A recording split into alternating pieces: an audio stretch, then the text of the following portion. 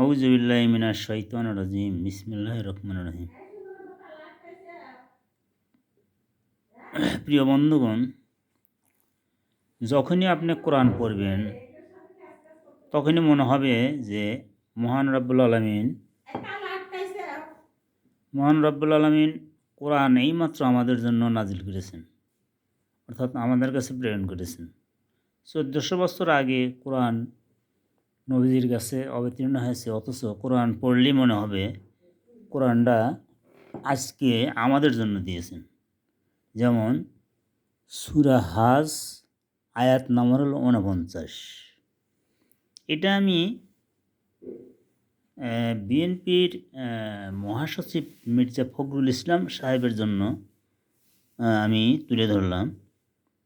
আল্লাহ বলছেন যে, মোহাম্মদ, আপনি বলেন যে, হে মানুষ, আমি তো তোমাদের জন্য এক সুস্পষ্ট সতর্ককারী। তাই যারা বিশ্বাস করে ও সৎ কাজ করে তাদের জন্য ক্ষমা ও সম্মানজনক জীবিকা আছে, এবং যারা প্রবল হওয়ার উদ্দেশ্যে অর্থাৎ ক্ষমতা লাভের উদ্দেশ্যে আমার আয়াতকে ব্যর্থ করার চেষ্টা করে তারাই দোজখের অধিবাসী।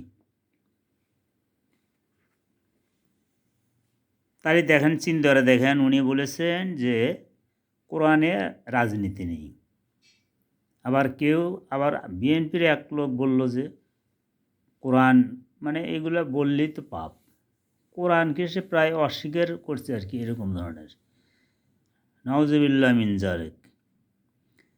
দল করব বিলেই যে আমরা যেহেতু মুসলমান হিসেবে মুসলমান দাবি করি, কিন্তু মুসলমান কে সেটা হলো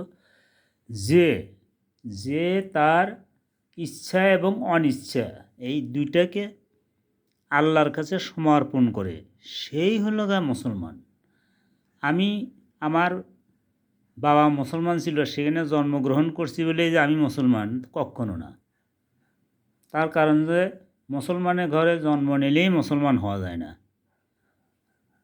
এই মুসলমান হওয়া হলো আল্লাহর আদেশ নিষেধ, নবীজির উপদেশ নিষেধ, এগুলা মানতে হবে, বিশ্বাস করতে হবে, সর্ব অন্তঃকরণে বিশ্বাস করতে হবে।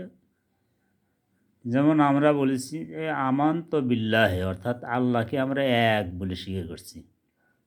সেখানে এরকম ধরনের কথা বললে পরে তার ঈমান থাকে না।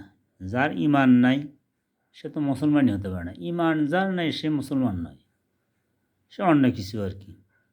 যাই হোক, যদি এই ভিডিও যদি কোনোভাবে কারো মাধ্যমে যদি সেখানে যায়, তাহলে সে দেখবে আর কি, কোরআন খুলে পড়ে দেখবে যে আমি কোনো একটা অক্ষর আমি নিজে নিজে বানায় বলছি কিনা।